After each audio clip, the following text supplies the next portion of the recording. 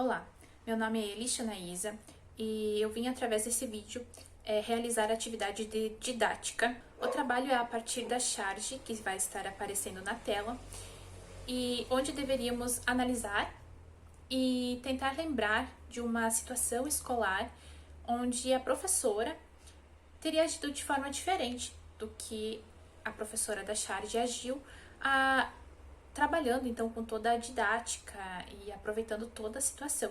Depois de muito pensar, eu não consegui lembrar de nenhum momento específico, assim, tipo, em que um aluno tenha trazido uma questão, tenha comentado algo e a professora tivesse aprofundado. Mas isso não quer dizer que nunca tenha acontecido, só que eu não me lembro disso. Mas para compensar, então, essa minha falta de lembrança, eu trouxe algumas situações em que professoras influenciaram na minha vida, que eu carrego essas professoras como exemplos até hoje. Então, os exemplos que eu trouxe não são do ensino médio, são do 5ª, 8ª série na minha época. A primeira professora que eu vou falar era professora de português, o nome dela era Sandra. Eu fui contar pra ela que tinha lido o livro e ela aproveitou a situação para me indicar um outro livro. Coisa que pra mim foi extremamente importante naquela época, porque ela deu toda uma atenção. Que legal! Meus parabéns! Já que você leu esse livro, acho que você vai gostar muito do livro Poliana. E daí ela me indicou o livro e foi muito interessante pra mim. Eu li, eu amei e eu sempre guardo essa situação. Outra professora foi a professora de arte, a professora Marisa. Ela sempre sentava na mesa dela, depois de dar atividade, a gente ia fazendo, conforme iam surgindo as dúvidas, era para ir para a mesa dela que ela ajudava a concluir o trabalho, a pintura, o desenho, enfim. E o que mais me chama atenção nessa prática dela é que ela não utilizava os lápis dela ou do colega, você ia com o teu material. E eu lembro que o meu material sempre era o mais barato e os lápis não pintavam direito. E ela me ajudava a fazer luz e sombra, a misturar as cores. Só que, claro, que o lápis, por ser de uma qualidade inferior, ele não misturava direito, mas ela conseguia melhorar muito o desenho que eu estava fazendo e com o meu próprio material. Então, como diz Mário Sérgio Cortella, faça o melhor com aquilo que você tem. Então, isso foi importante para mim e eu guardei. Outra professora é a professora Lisneia, de português também, que ela sempre trazia atividades, ela conseguia fazer com que a gente expressasse a nossa essência nas atividades, entende? Por exemplo, ela trazia um poema, aí você fazia a tua releitura daquele poema, através da tua essência, quem você é. Você expressava o teu eu através daquela atividade e isso era muito importante, sempre foi muito importante para mim. Eu acho que é importante você deixar o aluno expressar a identidade dele. E outra professora é a professora Karina, de História, que todos gostavam muito dela por causa das gincanas, que também era uma oportunidade de você demonstrar todo o conhecimento que você tinha adquirido até então, mas de uma forma mais dinâmica, e que é uma referência também como professora. Então essas foram as professoras, as situações que eu lembrei.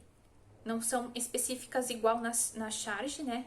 Que o aluno fala uma coisa e a professora traz isso, consegue aproveitar. O próximo passo seria pensar num tema que a gente estaria lecionando futuramente. E eu escolhi um dos temas iniciais do ensino médio em língua portuguesa, que seria o trovadorismo, por exemplo.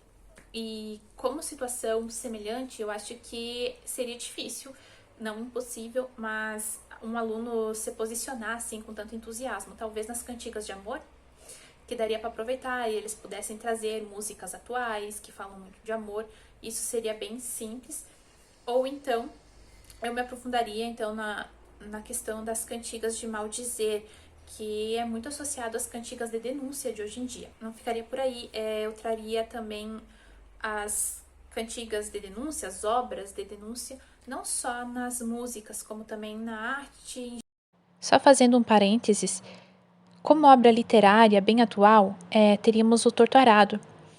Na dança, por exemplo, teria o hip hop, que surgiu como uma denúncia num período de crise, e junto Geral, veio o como grafite também, que literatura, seriam as artes de rua. dança, teatro, pinturas e, claro, as músicas mais atuais. Eu vou deixar os links na descrição com as pesquisas que eu usaria, as imagens que eu traria. E também na música, eu focaria numa música mais atual que eu consegui, que seria a resposta que a Mariana Nolasco, que é uma cantora brasileira, ela fez em resposta à música também brasileira do funk, Baile de Favela. Ela fez essa resposta e que eu achei interessante, eu acho muito importante que o aluno ele entenda que ele pode fazer essa denúncia a partir de diversas situações. Ela não precisa ser só uma crítica ao presidente, à pobreza, enfim, ela pode vir de situações inesperadas, como uma música mesmo do funk. Eu gostaria de ler uns trechos da música. Então aqui, no momento da música, eu vou deixar também o link da letra na descrição, a link do vídeo da Mariana Nolasco na descrição e a música original também. Aqui ela diz assim: vocês sabem que de um tempo pra cá, as menores só engravidam e o sustento onde tá? Eu sei lá, mas deixa pra lá. Quem se importa é o menor e a mãe que vai ter que cuidar. Todos nós temos muito amor pra dar. Pode ir quente ou fervendo, mas respeita o seu par, porque um dia a chapa que você ferveu pode ser a mãe dos filhos do destino que escolheu. Então ela é uma resposta bem interessante e eu traria então como uma cantiga de denúncia. Como atividade para avaliar, eu traria diversas músicas ou obras de arte diversificadas e eles teriam que dizer quais que eram as que eram de denúncia e as que não se identificariam como uma denúncia, que seriam apenas uma expressão normal de arte. Eles poderiam escolher as músicas que mais... As músicas não, desculpa.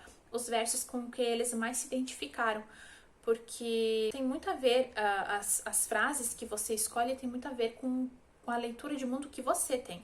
Às vezes numa mesma música, no mesmo texto, numa mesma obra de arte, numa mesma pintura, as pessoas vão ter visões diferentes, vão perceber detalhes diferentes. Assim acontece com tudo na vida, depende da leitura de mundo de cada um.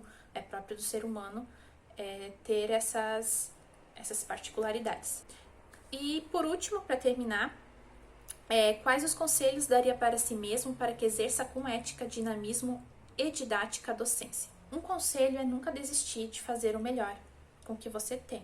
E sempre focar no aluno, o importante ali é ele, é uma vida, é um ser humano, ele não é alguém que está ali, como costumo dizer, como uma tela em branco. Ele tem as vivências dele, ele tem as próprias experiências de vida, ele tem a própria expressão dele. Não tentar apagar essa expressão e tentar sempre entender e se fazer entender, né? Que ele possa entender que a vida dele é muito importante, sim. O que ele faz tem sim valor e uma consequência, não só na vida dele, como na sociedade, para as outras pessoas. Então era esse o conselho que eu daria, sempre buscar fazer o melhor. E eu me despeço por aqui, lembrando mais uma vez, todos os links estão na descrição do vídeo. Muito obrigada e até a próxima.